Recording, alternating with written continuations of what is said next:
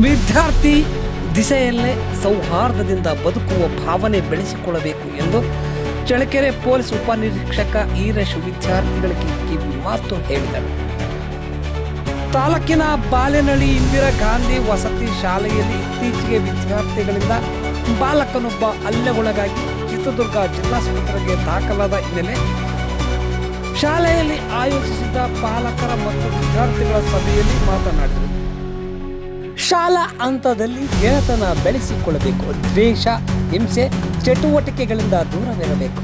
ತಂದೆ ತಾಯಿಯ ಆಸೆಯಂತೆ ಓದಿ ಸಾಧನೆ ಮಾಡಬೇಕು. ಪಾಲಕರು ಮಕ್ಕಳ ಮುಂದೆ ತಮ್ಮ ಕಷ್ಟಗಳನ್ನು ಹೇಳಿಕೊಳ್ಳಬಾರದು.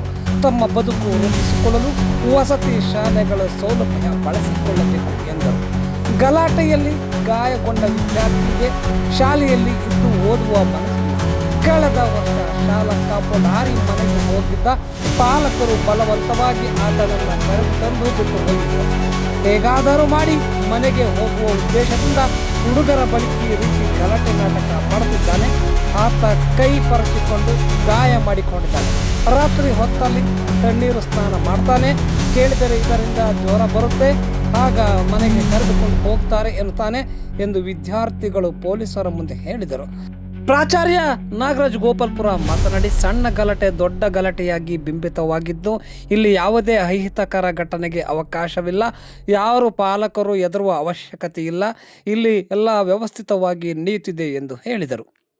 ಇನ್ನು ಈ ಸಭೆಯಲ್ಲಿ ಸಹ ಶಿಕ್ಷಕರಾದ T Vinodamma, K Vasanthakumari, Sampath Kumar, H Asha, Shwetha ಹಾಗೂ ಮಕ್ಕಳ ಪೋಷಕರು ಮಕ್ಕಳು ಇದ್ದರು. ಎಲ್ಲೋ ಒಂದು 5 ರೂಪಾಯಿ ಟಿಫಿನ್ ಮಾಡಿಕೊಂಡು ಮಧ್ಯಾಹ್ನ ಗೌರ್ಮೆಂಟ್ ಸ್ಕೂಲಲ್ಲಿ ಇರುವಂಥ ಊಟ ಮಾಡಿಕೊಂಡು ಆಯಿತಾ, ಮತ್ತೆ 5 ಗಂಟೆಗೆ 1 ಕಿಲೋಮೀಟರ್ 2 ಕಿಲೋಮೀಟರ್ ನಡ್ಕೊಂಡು ಮನೆ ಸೇರ್ತಾರೆ. ಹೌದಾ? ಹೌದಿರಪ್ಪ?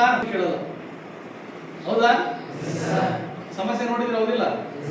ಯಾಕೆ ಇಲ್ಲಿ ಊಟ ಮಾಡಿದ ಏನಾದರೂ ಹೆಚ್ಚಿಗೆ ಆಗಿದೆ ನಿಮ್ಗೆ ಏನಾದರೂ? ಇನ್ನೊಂದು ಬಾರಿ ಯಾರಿಗೇ ಸಮಸ್ಯೆ ಆಗಲಿ ನಿಮ್ಮ ಟೀಚರ್ಸ್ಗೆ ನೀವು ಮಾಹಿತಿನ ನೀಡಬೇಕು. ನಾವು ಒಂದು ನಂಬರ್ ಹೇಳ್ತೀನಿ ನಿಮಗೆ ಬಂದು, ಯಾವುದು 112 ನಂಬರ್ಗೆ ಕಾಲ್ ಮಾಡಬೇಕು. ಆಯಿತಾ? 112 ಮಾಡಿದ್ರೆ ಜೀಪ್ ಬರುತ್ತೆ.